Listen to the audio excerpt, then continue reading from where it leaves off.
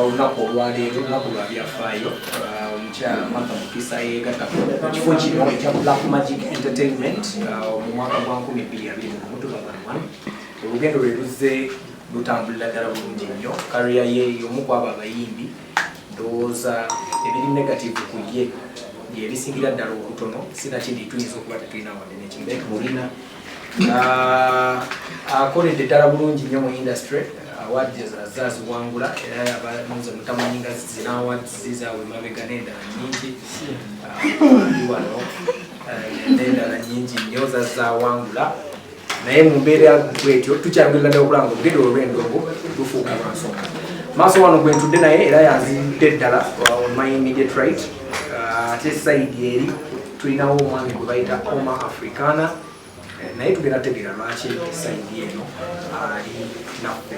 Mu mbeera y'emu nziramu okubaaniriza bannamawulire ab'enjawulo. Tulinamu baproducers mu kizimbe muno, tujja babategeezaako maaso awo kwoteeka n'abawandiisi ab'enjawulo.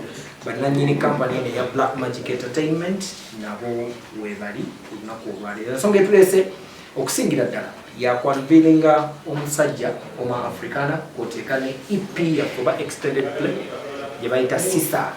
Sisaaga kigambo ekizze kiwulikira ennyo mu nnyimba z'omukyala Martha Mukisa. Olwaleero agenda okutubuulira lwalowooza lwaki ekigambo era kyeyalonzemu okutuuma EP. Ennyimba eziriko omusanvu zenategeddeko tubadde wabweru awo nga tufunamuko okulya ezibadde ziri mu background omwo, era abataziina mwenna nkakasa okutunaaviira wano management ejalaga engeri gyesobola ozikwatuusaako.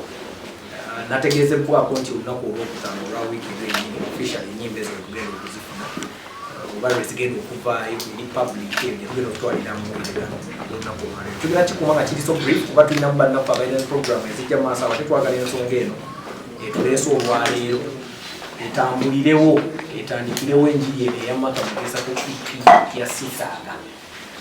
Omukisa kansooke mmuwe Martha ayogereko gye tuli. Ebibuuzo byonna nga bwe bibitegeeka tujja laba bameka abanaabuuza era bani abanaabuuza naye nkakasinde gye tuli abatono buli chance tujja batugimu. At least we shall keep it short and simple. Buli omu asobola okufuna omukisa ogwo. Nze Alpha Times nze va ku Galaxy FM nkola morning show Uganda's #1 radio station.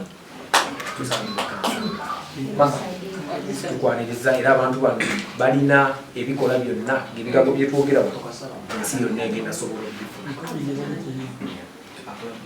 Sanyusu okubalaba basebo ne balinyabo mikwano gyange, baproducer bange, badirector bange,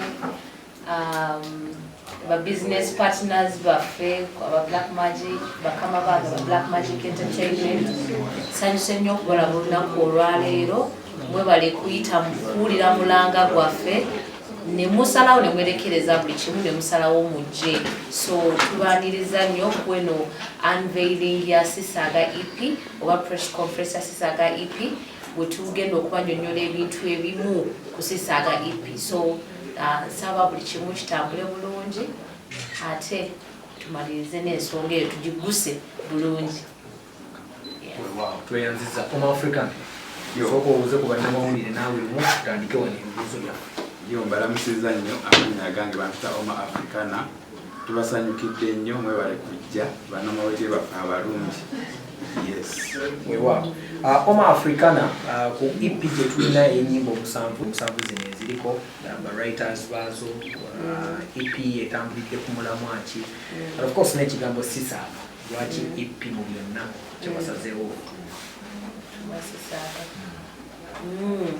Kati kantandike ddala ku nsonga enkulu eya Sisaaga. Abantu basinga badde bawulira nga nnyimba Sisaaga naye abamu bagamba naddala ku nnyimba ezasooka onayika asaaga tajja kwogerako onalabye kalimuzaga. Naye eno EP eno ekisookera ddala twagifulumizza nga kuliko eyo statement Sisaaga okubalagira ddala nti tewali muzannyo Sisaaga, ekintu kirimu wakati ate sigenda kikola ki kivaamu. Owuliriza ennyimba eziri ku EP eno, they are very very strong songs. Sisaaga lyrical maturity, the writers on the songs, the vocals, the melodies on these songs. Noza muzuuliddeko abamu bamuza ne muzuulirizaako. So EP tesaaga era ekyo kigenda ngenda kibalekera mujja kyetegeerera eyo gye munaabeera nga olikomala ng'ogamba ddala takola ki tasaaga. Why Oma Africana? Sokera ddala Oma Africana ali signed under Black Magic Entertainment. Ekiddako akayimba kwe yakawandiika. Then try twagala as a team to also unveil him, and what was the best way of unveiling him? By singing with the best artist aliko Mathamasa. So nafunira olukisa-kisa n'olutasangika. Yeah, so olukisa lwajja, he's now on the EP, and please don't take this chance for granted. This EP is very strong and big. Tesaaga. So he's a very good writer. He's humble. I'm sure he loves what he does, because when you listen to the music he's doing right now and what people are going to listen to, it's very amazing. So tukusubira mubinji, and we do not expect you to stop here. So go fly. Yeah, so it's your time now as well. Yes. Okay, exactly. Yeah, so kansokeda kuba yaliwo bamita Shark on the beat. Era inako enyimba bili ku EP, ainako vibe yo, ainako n'oluyimba vibe yo number 1 on the EP, then ainako ne number 3 akawowo.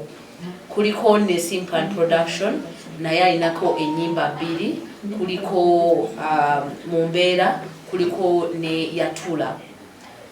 I think Mumbera is number 7, then Yatula is number 5. Yes. Then tuinako omwami bamita Bashkila ainako limba lumu balita Mr. Director. Tuinako omwami gwe mbadde nkola naye Ibanga Dene Brian Beats naye ainako ennyimba 2. Kuliko Bikole number 4, then kuliko ne Onzita number 2.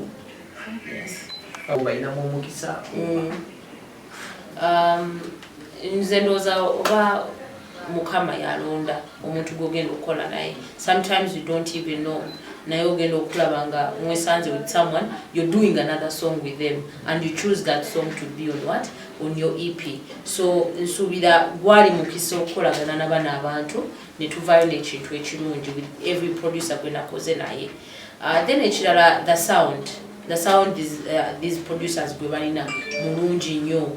Ate baagala Mathamasa as a brand. Baagala kyenkola and balaba we banteekamu omukono gwabwe nsobola okusukawo ku kwendi. Nabadde ne writers ab'enjawulo, mulimu Liam Voice, kuliko Liam Voice, kuliko omwami bamuyita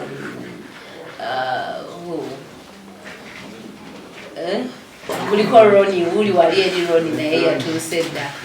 Ronnie the writer. Yes, kuliko ne Moze the writer. Then kuliko Oma Africana, kuliko Nick Muller, kuliko Mr. Fine Lines. So I think those are the people. Oh, kuliko Neba Yuga Boys. Kuliko Neba Yuga Boys. We wrote together Olimba Mumbera. So yeah. Okay. When you listen to the EP, you're going to feel a lot of growth that concerns Martha. Growth as a person, growth musically, growth mentally, lyrically. So there is a lot, and that's what it means to me. Kwa walo music alipo no EP ngatwa mukola 3 years ago. 3 years ago, and that was a time when we were in lockdown. So enyimba zino nazitambulira nako mu lockdown ogenda ba producer benjawulo kuzikola. Waliwo n'ennyimba ezimu nga zitambudde era abapolisa bagenda zuwulira abasookamu bagambi nga siriiko naye nga ate ne tuzikyusa ne zibeera with different people. So there is a lot of growth with this music. Yeah. Okay. One more. Is this EP giving you a direction of your music? Ebiseera ebisinga omuntu agenda ofulumya EP eno gyaba atandikidde olumu afulumya scattered music. By the time wakolera EP aba ina direction gyagenda okutola wabanga anonya his or her new way gyagala abantu okumulaba. Is this EP showing you a new direction of Martha Mukisa oba wagikoze just kuwa bafans bo? The EP is not changing anything about me, but then it is showing people like, hey, temuna kulaba mata mukisa nchayina bingi byenkola ki. So the EP actually ninganga basunirako kwebyo ebirungi ebijja mu maaso, because I have a lot more to explore with the people. Most cases EPs bazifulumya nga omuntu agenda okufulumya EP ebiseera bisinga story bateweddeyo ne bafulumizaako deluxe. Do we see you doing a deluxe for this EP? Inshallah.